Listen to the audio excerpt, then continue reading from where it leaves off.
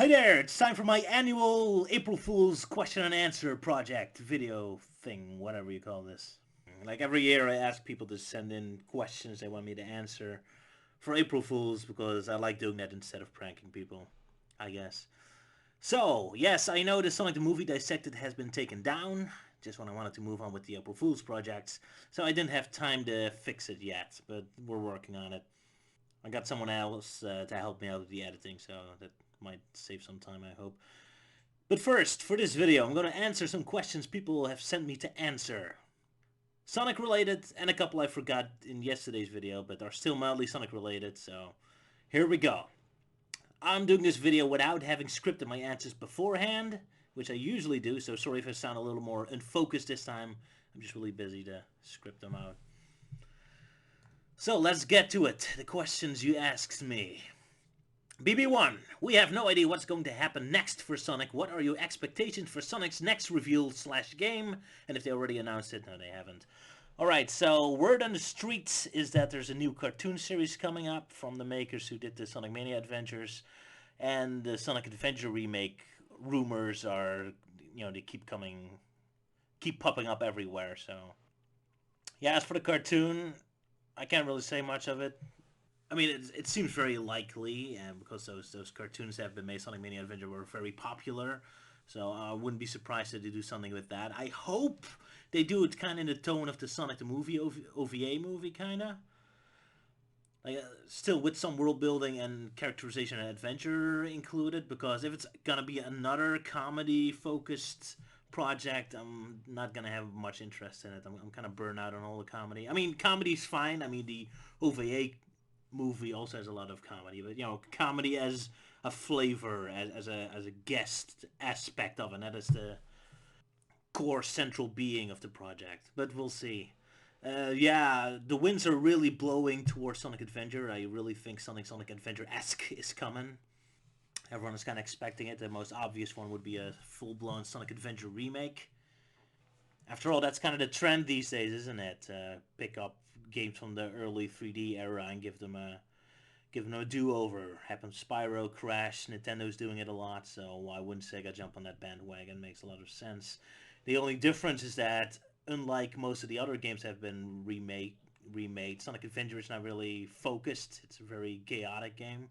Like Crash Bandicoot, Spyro, Star Fox, Zelda, those are very clean, very focused games, so Sonic Adventure is a lot more, more of a chaos. And that's as a result of that, I'm kind of wondering if they're gonna do like a full remake. Like usually obviously you get the full game remade plus some bonus features, maybe even multiple games or an extra dungeon maker or whatever. But with Sonic Adventure, I'm kind of honestly expecting the reverse, the opposite. That we're only gonna get half of Sonic Adventure remade with all the extra stuff removed. And to be honest, it's gonna make me very annoyed because as much as a lot of people say that sort of thing, like, Sonic Adventure has too much filler, has too much fluff.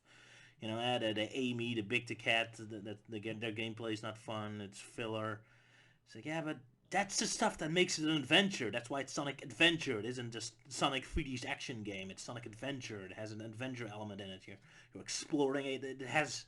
I mean, sure, it is an action platform as usual, but it also has like almost mild Legend of Zelda kind of aspects to it. You have world map to explore. You can talk to people. And I like the parts of Amy and Big the Cat or Eon and 2 because they show you perspectives you never get to see in any Sonic game.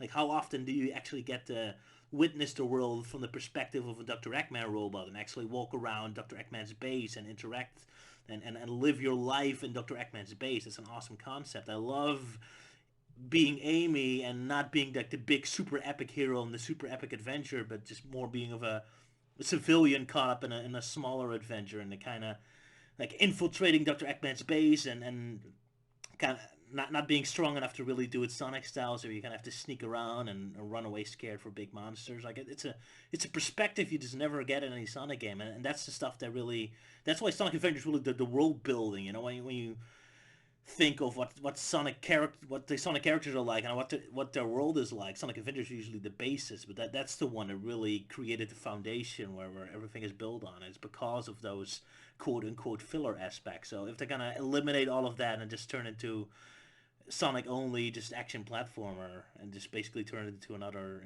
Sonic Generations, except with a Sonic Adventure wallpaper on top of it. I think you're gonna lose a lot of this stuff that made Sonic Adventure what it is, and that would make me kind of disappointed.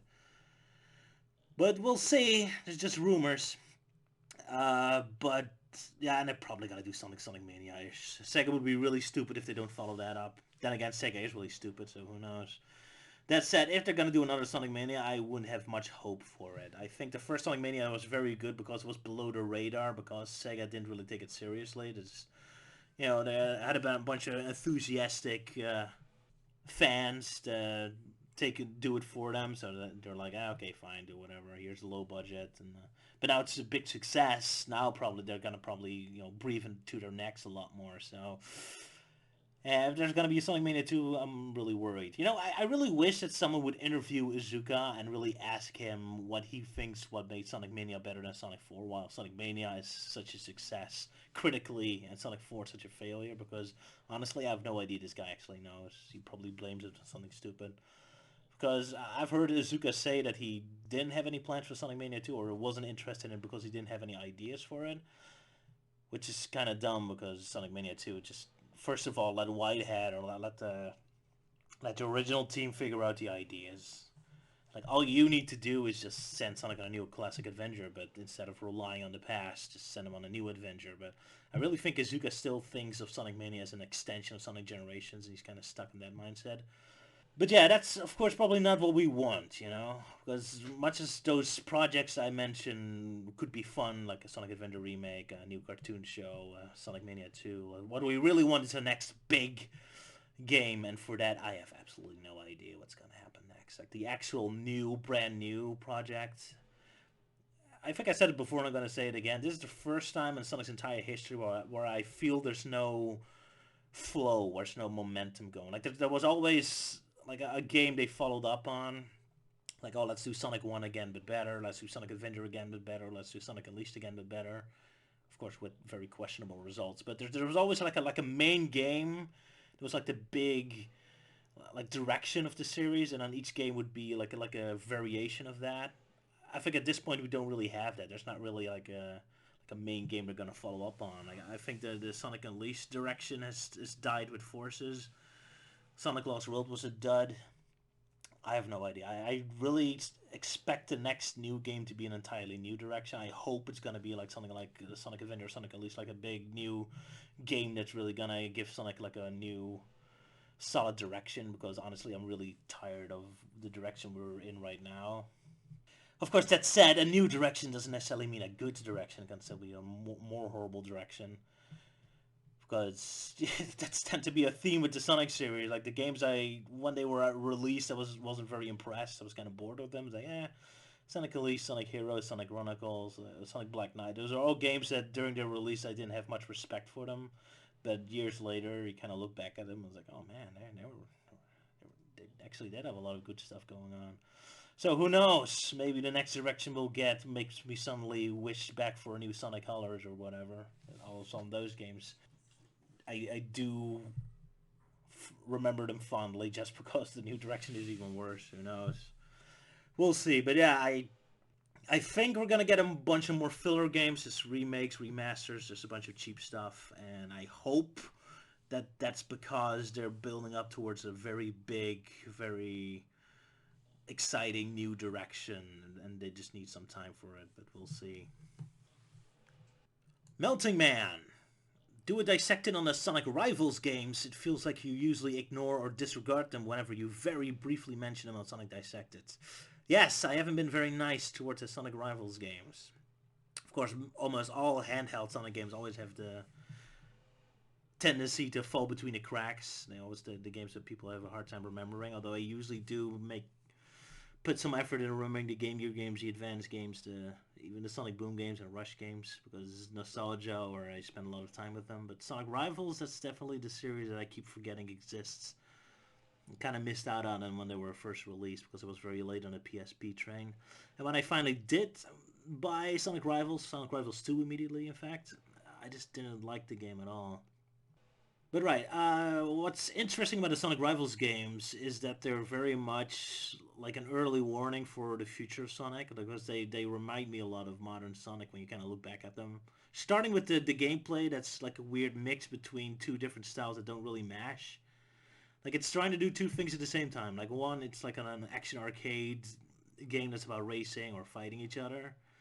That's fun, like a cool action arcade game, but then it's doing that in the style of a 2D platformer. And I don't think those two styles really mesh together very well. I think it's too complicated and kind of, not very instinctive working for an arcade game, but it's too simplistic for a platformer. It kind of falls right between the cracks for me.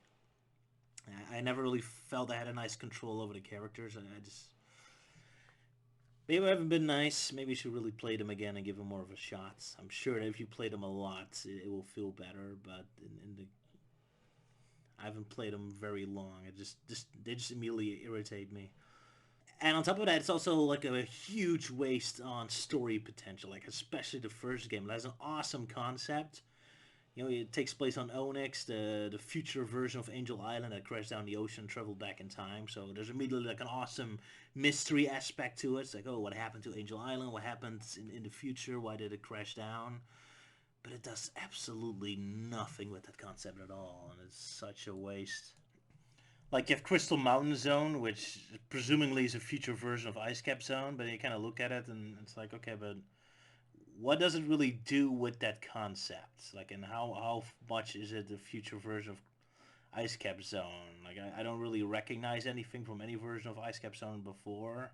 It just kind of does its own thing, but it doesn't even do its thing as in it's futuristic. It's not like, oh, they build like a new structure here, or the ice caps are melting, or like the only element that makes it more than just a generic ice level is that it has like spooky levels, like ghost trees, and it has more of a crystal theme going on, a lot of crystals, but neither really. I don't know. It doesn't really help with the concept. I'm just kind of like, I wish you kind of did more with that. Like, give me like an actual future version of Ice Cap Zone. They have another like carnival themed level, so probably a future version of Carnival Nights, except where Carnival Night original is just a relatively modern high tech city. This one is now something more of a state fair. Like I got this as a level in and on itself, I like it. Sonic Rivals actually has like awesome, colorful, interesting level themes, but as a what should be a future version of Angel Island, it's so disappointing. Like, what? Shouldn't Carnival Night be ruins or even more high tech, or like, do a future thing with them? But the worst level is Forest Falls because it just looks like Green Hill Zone. It's like, why Green Hill Zone? It's like make it a future version of the jungle. Like the jungle got crazier or burned down or is destroyed and turned into a factory or but instead like now it's just Green Hill Zone. It's like the only part of Angel Island that really shows up is the art of tree trunks. That's the only part where it's like, oh yeah, that kind of does remind me of Sonic 3. But other than that, it just feels like a generic level. So in the end, it completely wastes its premise, and that's just really disappointing. And with the story, it never really does anything. Eggman Nega is completely wasted. It's like, there's so many interesting things you could have done with this, and you just don't. Ah, and I'm not a big fan of 2D games with 3D graphics. I always kind of feel wasted. It's like make a 2D game with 2D graphics or make a 3D game with 3D graphics.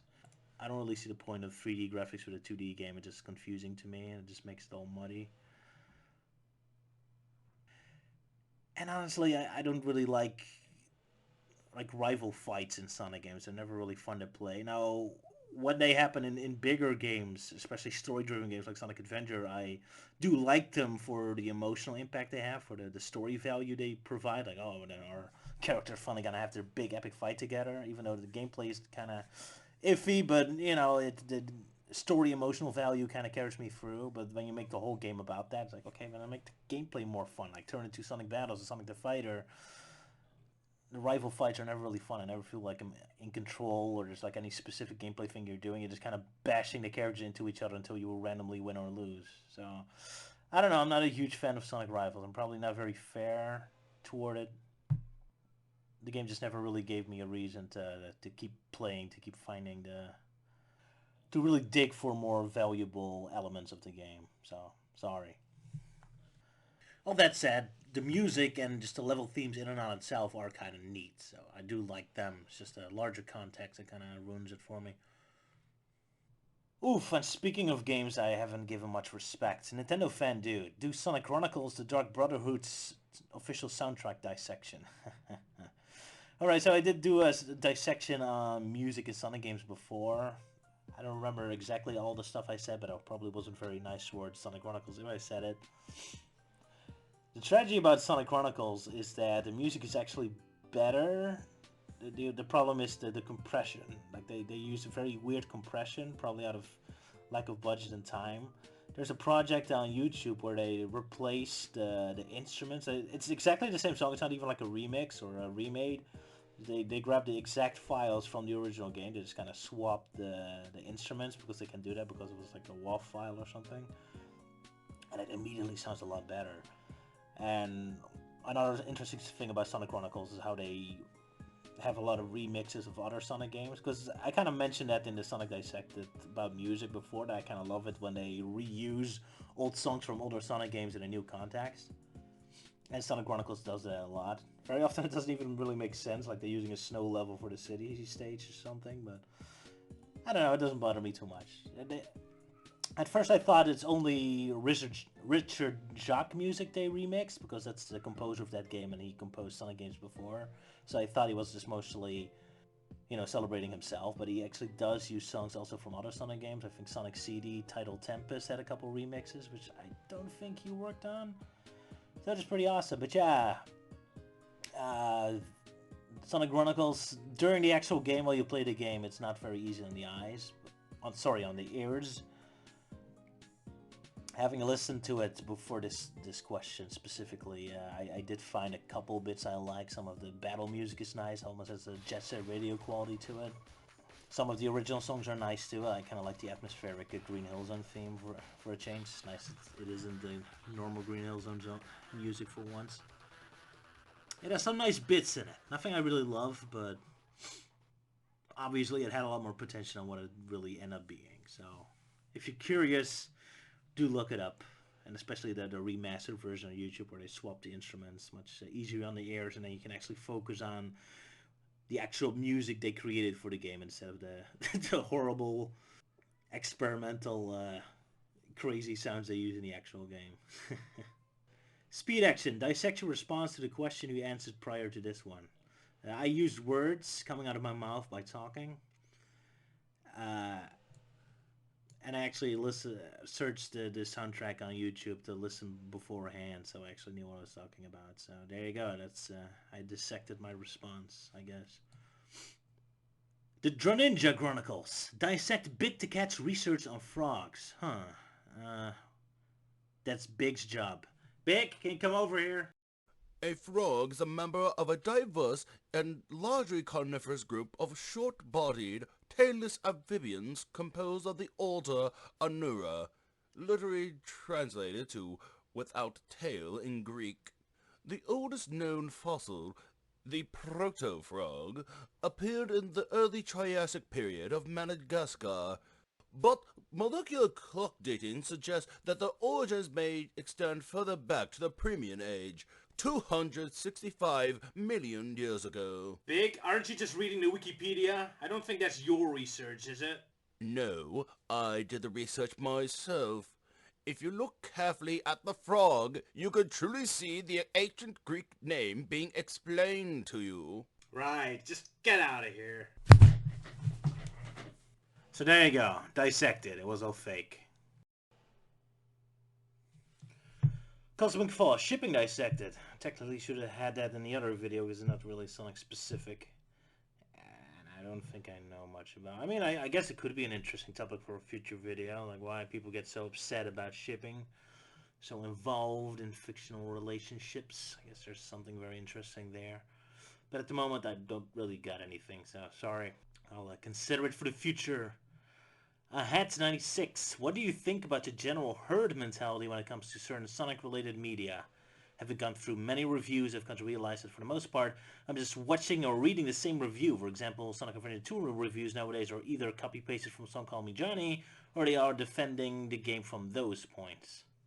It's true that sometimes it does feel like everyone's kind of a bit of an NPC repeating the same points over and over and over again. I guess there's something...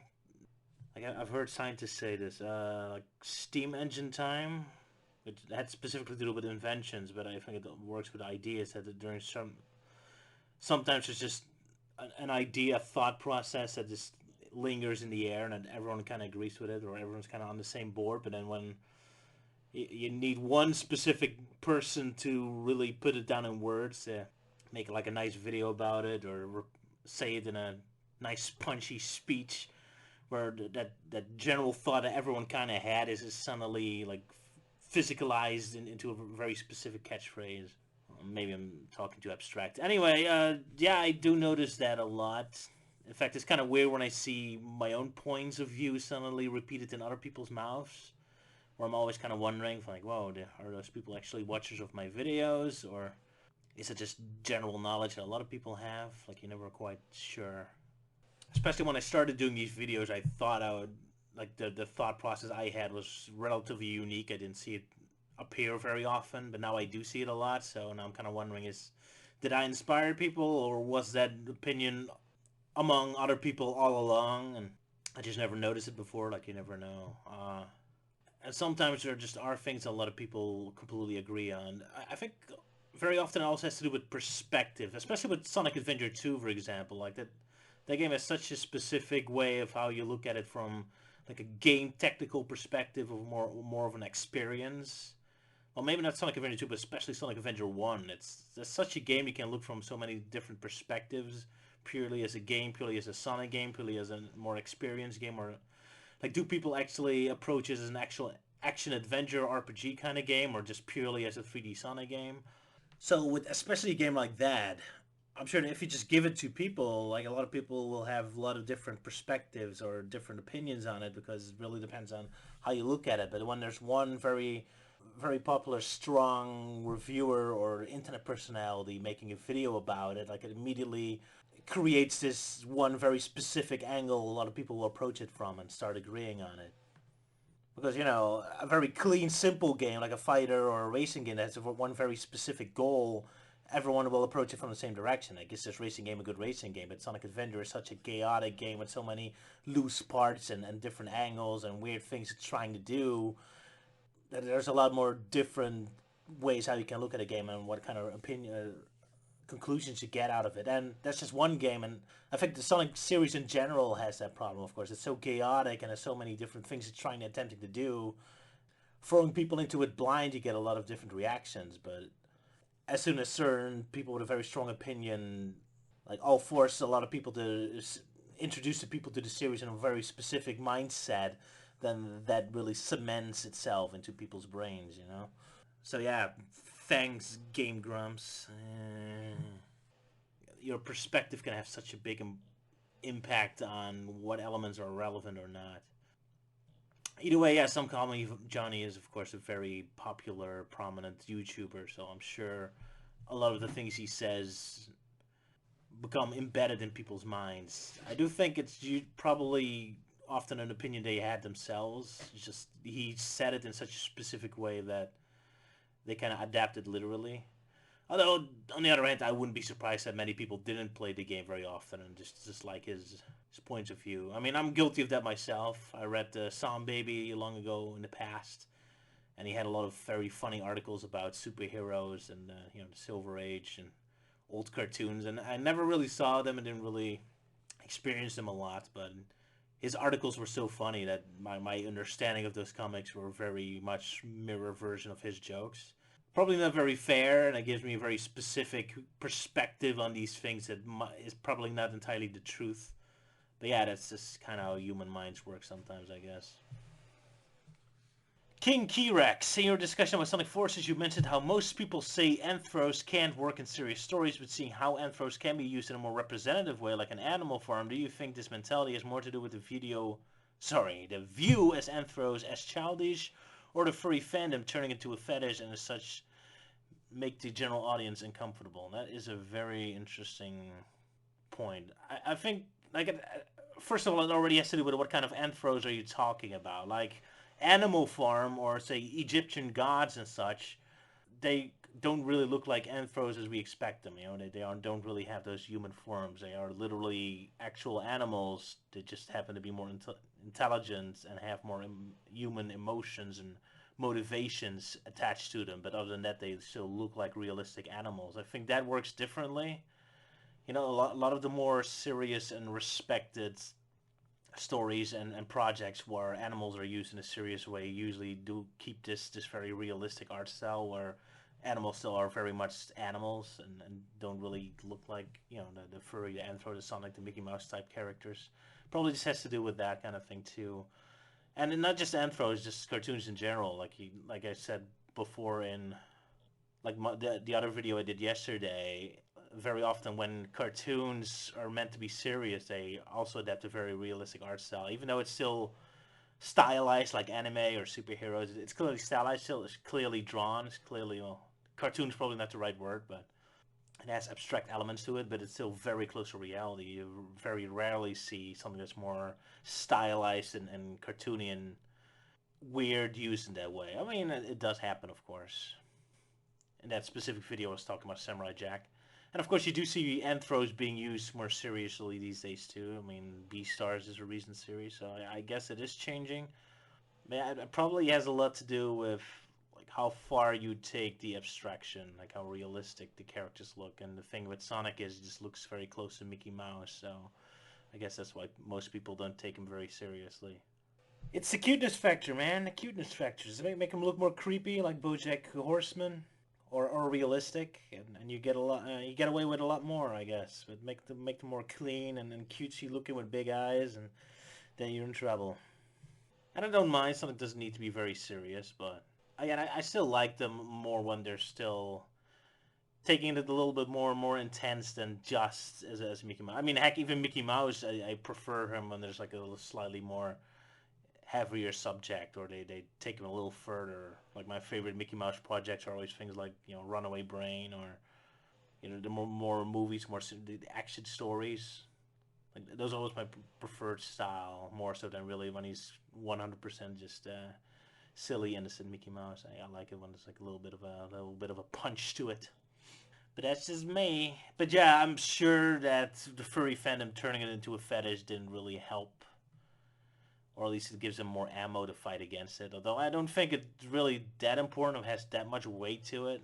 I mean, it gives their insults or their rejection a more specific complaint, I suppose, but I don't think it really matters that much. I mean, look at Zootopia. Zootopia did have a lot of that revulsion that, oh no, that a furry fandom is going to take this and turn into something perverted, which of course they did, unsurprisingly, but it did nothing to like eliminate the respect or the success of that movie. So I'm sure people say that and you'll hear that a lot, but I'm not entirely sure how much it actually affects things. I don't think people really care. Dr. Ekman, what are your thoughts on the next Sonic game based on the last three, Mania, Forces, and Team Sonic Racing? What lessons should Sega and Sonic Team take out of them on how they were received? What would be the best, in your opinion, but to keep it realistic, direction they could take? Oh my goodness, you really asked me a tough question there. Ooh. And just look at the three games just on themselves, like they have very little in common. There's three recurring themes with all three of them: low budget and a very strong sense of meta-ness.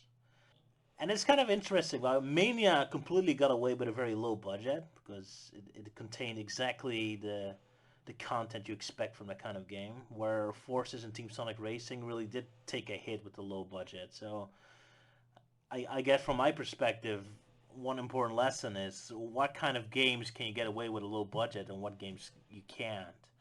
I mean, racing games, like arcade games, are all about money burning on screen. You know, you want tons of characters, you want tons of tracks, you want tons of content in them because those games really sell themselves on content. Like, oh, it has this character in it, it has this amazing stuff. Like when you sell people short on that really cripples your product.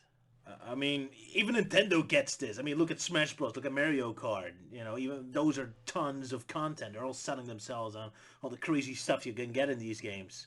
So even Nintendo gets this. So it's kind of sad that even that Sega completely missed the boat on this one. And again, Sonic Forces, that game just sells itself on an assumed big project. You know, like Eggman takes over the whole world, and Sonic and his friends have to have this epic battle to stop him. Like everything about it screams effort, screams content, screams big budget, bigness. Like this has to be a big battle. So that's definitely not the game you want to make a low budget, simple game out of. So I think that the logical, realistic lesson they should be learning is like, okay, if you're gonna make a low budget game, like work that budget into the concept of what that game is. What kind of games do people tolerate a lower budget? Although, to be really honest, at this point, I don't think making more low budget games is really a bad idea. I think most people, including me, are just really, really, really, really, really, really tired of all the quick filler games. Like, especially because there's so much space in between. Like, it takes 2, 3, 4 years before we get a new game. So you expect, like, oh, here's Sonic's big return. Here we go. And then it's yet another, like, quick filler low budget game they quickly threw together. It's like, come on, man. Like, I think everyone at this point is really waiting for the next big one. Like, we want a big Sonic Unleashed, we want a big Sonic Adventure, we want the next big thing. It's time for something great again. So I'm kind of done with all the quick, here's just 10 levels you play through in 2 hours games. I guess that's the lesson I want them to learn. But yeah, it's kind of interesting how all three of them have a lot of the same characteristics, and only Mania got away with it. So it's kind of interesting to think about because I'm not entirely sure why Mania got away with it. I guess because it just gave people what they really wanted. Because of course you can say, well, that one had the good gameplay. It's like sure, but Team Sonic Racing also had a pretty good gameplay, but that didn't really help that game at all. Gnidle, filler dissected. How to make cheap content made to just make the game longer without making it worse, boring, and annoying. What kind of filler is the most obvious and annoying? Which goes unnoticed and is seen as positive? That's a good question. So, Sonic games, the big problem they have now, they're very short. They're over in 2 hours. And we can't get away with that in these years. That was great in the 90s when a lot of games were short like that, and mostly spent our time being very difficult. But now we want big, big, big games, but that's expensive, especially with a game like Sonic who runs very fast. So how do you fix that problem? That's a very good question. Now, my personal preferred solution would just be the Sonic Adventure rate, just make it more of an adventure game, like hubs, more give players a story reason why you will return to some locations and that sort of thing. But I don't think that's very popular. A lot of people just want an actual straightforward action game. And that's much harder to make very big, so that's a good question. If I was in charge of the next Sonic game, and let's assume this is a fantasy world where I'm actually good at my job and not turn it into a horrible nightmare, I guess the very first thing I would do is, like, if I'm going to spend time making a new engine, like they did with Sonic Forces, like, okay, let's not focus on graphics, let's focus on an engine where you can, like, build levels very quickly. We need to create a levels editor system first. Because you just need a ton of real estate. You need a ton of levels. Big levels, lots of different routes. You invest a lot of money, a lot of time in making one expensive level editor system. And you make 1 or 2 games out of that. And then for the third game, you can actually release that levels editor system for the audience so they can make their own games. A nice 3-game punch. That'd be awesome. Like, I'm not sure how they make their levels, if they have like a fast, quick, easy way to do it, but it looks very time consuming. So just make an engine where you can very quickly make levels and stretch and copy and paste and do a bunch of crazy stuff. Like one Sonic game that shows a lot of like tricks to make the game cheaper is Sonic Heroes. It has a lot of copy pasting and it loves that level system where it's just a roller coaster in the sky, so you don't have to worry about the backdrop a lot. I mean, technically, there's very clever ideas. I think Sonic Heroes doesn't really get away with it because it relies too much on it. Like, the entire game is like that. The entire game feels like I'm constantly going through the same level structures. I'm constantly just in a bunch of platforms floating in the sky. I think you have to be a little more clever about that. Like, Sonic Adventure, was a little smarter with the roller coaster in the sky sections because it only used it sparingly and when it made sense in context. I mean, you have the city level, sure, there's a part where you have the roads hanging in the sky section, but then there's also a section where you're just walking down the street. So again, it's less noticeable when they're doing the more cheap stuff, but just having just a level floating in midair instead of having to worry about like complicated structures for Sonic to run into. So if you kind of combine it and kind of jump back and forth, I think you can get away with it a lot more. And with the whole copy paste thing, I think it would really help if like they put more interactivity in the Sonic games. Like the problem with Sonic is you can't really do all that much different things. You're just running, jumping on things, and fighting enemies. Like Sonic Heroes has very little twist you can do with the level design. Like you just it's just the same thing over and over and over again. You just fight the enemies, walk to the next section, do the same gimmicks. So like the fact it's a lot of copy paste stuff is really noticeable. Like if you had more like tricks or ways to interact with them. I mean, play Sonic Robo Blast 2, and you see there's a lot more ways how you interact with the world in terms of level gimmicks or like physical things.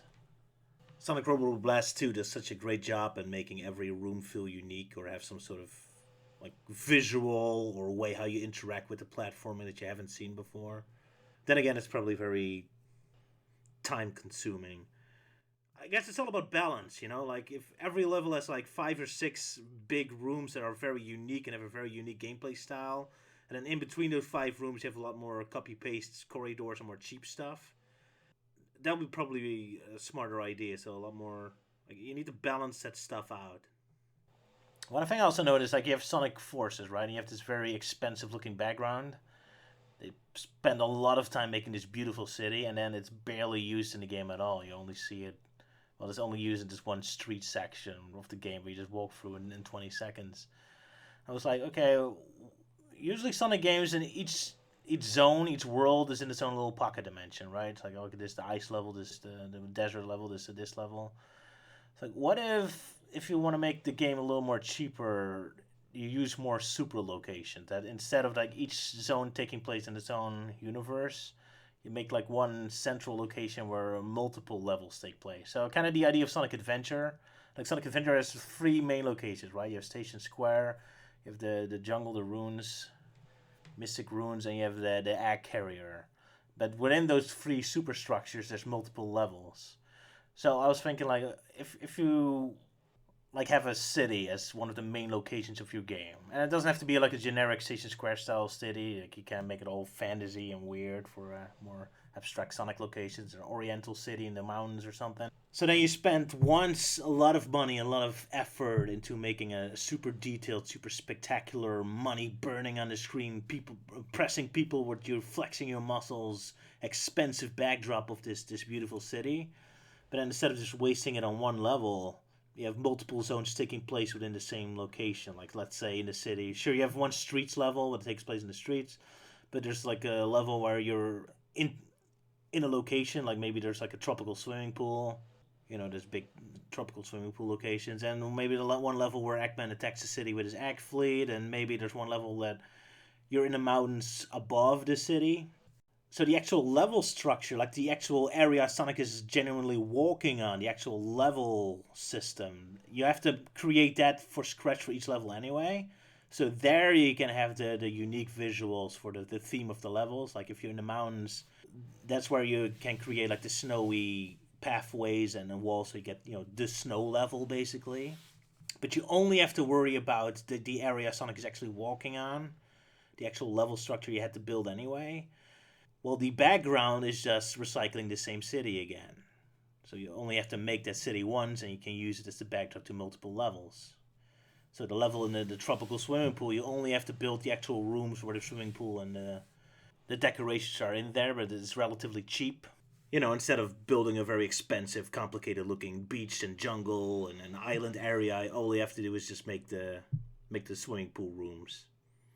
But you still have the advantage of an expensive, good looking, awesome backdrop by utilizing the city. And then whenever you want to impress the people with a more expensive looking, the more money burning on the screen, like graphic powerhouse moment where you can really show off the system's specs, then you just have Sonic jump on a water slide and you go outside and you see the city in the distance. And since each zone is in a different location in the city, so the actual backdrop is constantly seen from a different perspective. And if you, on top of that, also change the time of day, swimming pool level takes place in daytime, the snow level takes place at nighttime, etc., etc. So each level still has their own perspective, their own style, their own feel to them. But you can make the levels a lot cheaper, so you only have to worry about the very specific area Sonic runs on, the actual specific level design, while the expensive backdrop, you can keep recycling the same one. And if you just use more than one central location, you can avoid being it too boring, so not the entire game in one city, but there's like a city in the valley, and then the valley has like a level taking place in the caves, and one in the swamp beneath the mountains, and one in the mountains themselves, and one in like a Dr. Eggman base in the mountains, etc., etc. You can have all kinds of like specific zones with a unique bio theme to it, while they're still all taking place in the same location. Something like that I would also do. However, all of that said, I think like if I was in charge of a Sonic game, the very best solution to make the game longer, I think, would be just to add a separate arcade mode or something. Like you remember Sonic 3 where you have the central game, which is relatively short, but then they also add like a racing mode where you can just race with the others. Or Sonic Adventure 2 Battle. You have Sonic Adventure 2, just the game, but then there's also like a specific multiplayer mode. I guess I would do something like that. That's I think the best solution, where you just don't worry about the length of the main game, of the main campaign. Just make the campaign as good as possible, just fun, even if it's only a 2-hour game. And then as a bonus, there's like a separate side activity that is more of an arcade centric mode, where you can just replay levels as a race, or has more specifically made platform challenge levels, or like whatever. You pick bits and pieces of the main game, the same assets, and then kind of rework them into more of an arcade experience where you can get away a lot more with just recycling the same assets over and over again. And not just multiplayer. It could also be single player, because people don't like it when there's a lot of filler in the main game, when it ruins the experience of the main like adventure they're having. But if it's just a separate arcade mode, then you can do whatever you want, right? And another trick to lengthen the game is just to inspire the players themselves to replay levels more. For example, Sonic Heroes, a lot of people hated that you had to replay the entire game several times with all the different teams. Like, that's not a fun way to do it, when you literally hold a gun against people's heads. Like, okay, you're not allowed to play the final boss unless you finish the game with every one of the characters. There, the game forces you. But if you like inspire the audience to do it themselves out of curiosity, for example, let's say a level, and you can play it. You have choice to play it between Sonic, Tails, and Knuckles. But you don't have to. You only have to beat the level once with any of the characters. You can move on to the next one. But when the level starts, you get a little cutscene where, for example, Knuckles gets taken by one of Dr. Eggman's robots and he's being carried off. Sonic runs after him, and then Tails spots a shortcut and takes that route. So you just get a little cutscene where each of the three characters is in a different situation, and then you get to choose which character you play the level as. And you play as Sonic the first time, you just get a normal route, and you just play the level and save Knuckles at the end, and then the level's over. Like, okay, that was nice. But then you're kind of curious, like, okay, but Tails and Knuckles were in a different situation. What happens if I play the level as them? So then you play the level as Tails, and he took a different route. And sometimes it crosses over with Sonic's level. But there's also like a couple unique areas that only he plays in. And then you play the level later as Knuckles, and then you get a whole mini game where he's hanging on to the robot. You have to dodge obstacles, and eventually he rescues himself and beats the robot, and then you get a little bit of an extra level until you meet up with Tails. Like, if you do something like that, then you might inspire players to just repeat all the levels with all the characters on their own accord without having to force them. Because if you force people to do something, then people will reject it and get angry. But if it's their own curiosity that inspires them, then no problem, right? And the fun thing is, if you have, like, say, 25 levels in the whole game, you only have to do something like that for only 5 levels, where you get this hard, obvious split between the characters. And then maybe 10 other levels, you only have, like, minor differences between the characters. They have slightly unique rooms, a couple Like a couple unique areas, but not too much. And then on another 10 levels, there's no difference between the characters them at all. But it doesn't matter because as soon as the curiosity of the players already called upon in a couple levels, when that idea is planted in their heads, like, hey, playing the game with each separate character is like a different experience. Like as soon as you already plant that idea in their heads, then they probably will like play every level with every character just to see what happens, even if that gamble doesn't always pay off.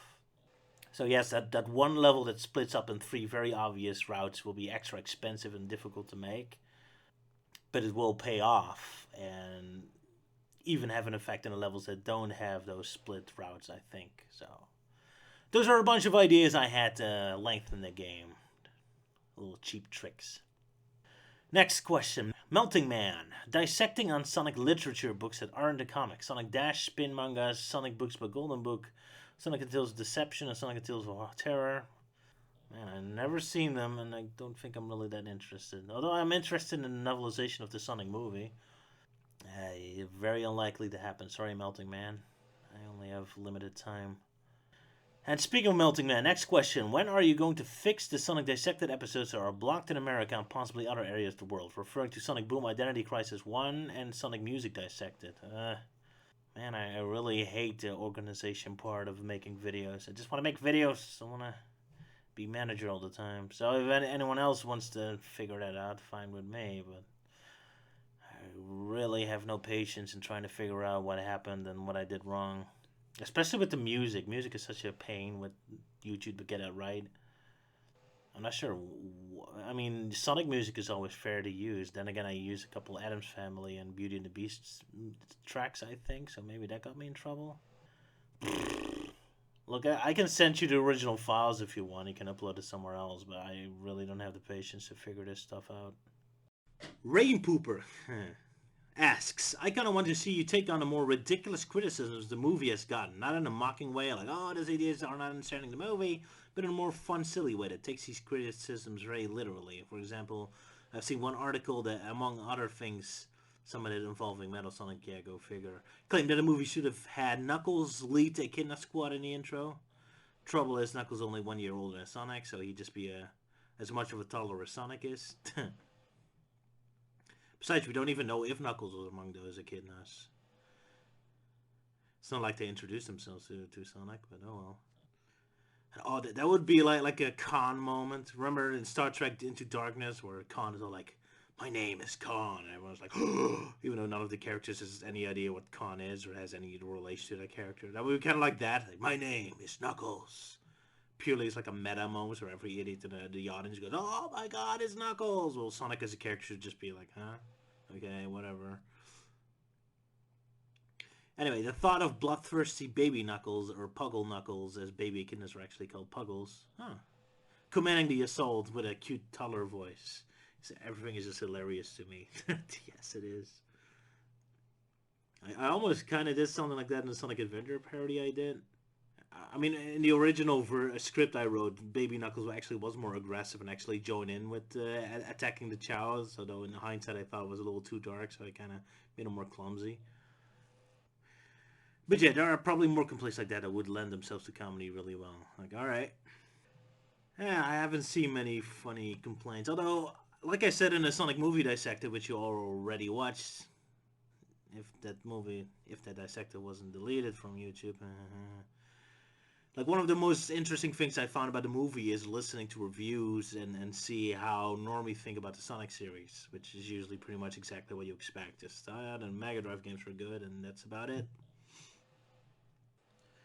The most out there complaints I saw was, I don't know if I should talk about it. It's just kind of political, kind of dangerous.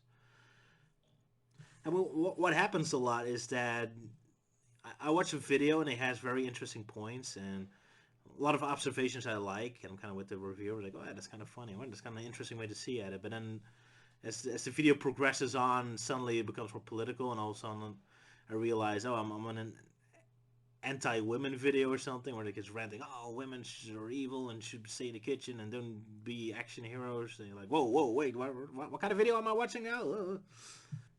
Like, and they always trick you. Like, it always starts reasonable and making good points. Like, this character has some flaws. Like, yeah, good point. And then all of a sudden, it slowly tries to pull you into this extreme political direction, and all of a sudden, your brain calls the alarm. Like, whoa, hold your horses. I fell into the rabbit hole. Let's nope the heck out of here. There's a lot of like movie reviewers that have extremely like anti-establishment, anti-government kind of attitude about them. Anti-establishment. Like where they, I mean, I enjoyed a couple of videos about Disney, how they are a little too self-deprecating these days, and they're kind of like their self-mockery is kind of annoying. And like, yeah, that kind of is true. But then the video ends up being that Disney isn't enough of that. It should be even more self-deprecating or even more self-hating. It's like, well, why doesn't the new Disney movies not fight against Disneyland existing at all, and how they're all about making money? Why don't you just completely demolish Disney as a company? It's like, what do you even want? You want Disney to commit seppuku in front of you or something? Like, how extreme are you taking this? Anyway, back to Sonic. There's this video which was also kind of like that, where it starts off with like, hey, the police and the military doesn't really do much in the movie. They kind of disappear and are kind of useless in the movie. And I was like, yeah, that is true. That's kind of funny. And then it suddenly turned into this whole like, oh, Sonic should be against the government, should be against the military, and should abolish the police state, and Sonic is all about nature versus technology, and Sonic should be completely like rebelling against society. And it's like, what? Do you want the Sonic the movie to end with Sonic overthrowing the human civilization and turning everything into caveman or something? Or what the heck do you want? I mean, sure, the games actually do have some mild anti-establishment themes occasionally, especially Sonic Adventure 2 Shadow and Sonic 06 Through Shadow.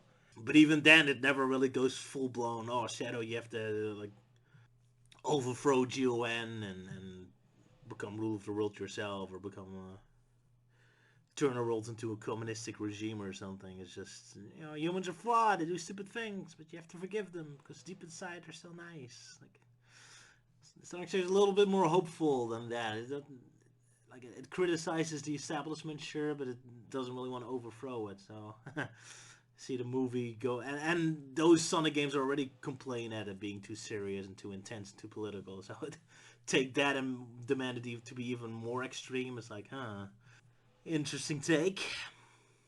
To be fair, I guess a movie where Sonic and his friends completely like all the Anthro characters fight against the humans could be interesting. Although I think that would only work if the movie already establishes Anthros exist in a world, kind of like Sonic Adventure, where I guess Sonic and multiple other likewise Anthro characters already exist among the humans. I mean, I guess then can go all food fight on them, or sausage party. Sorry, but yeah, in the way how this movie was set up, I don't think that really works. Unless Sonic starts pulling in a million other weird creatures from other dimensions. I guess now I think about it, I guess the movie could be very interesting if it goes in that direction. Let's overthrow the humans. Let's grab a whole bunch of crazy illegal immigrants from other dimensions. Got it? You got it? Anti-illegal immigrants or pro-illegal immigrant? I don't even know what political stance is. The only point is death. Lots of death. Lots of adorable animals beating down humans and crushing them with their... Yeah, you know what? Now I think about it, maybe it could be cool. Not very Sonic-y, but cool, I guess.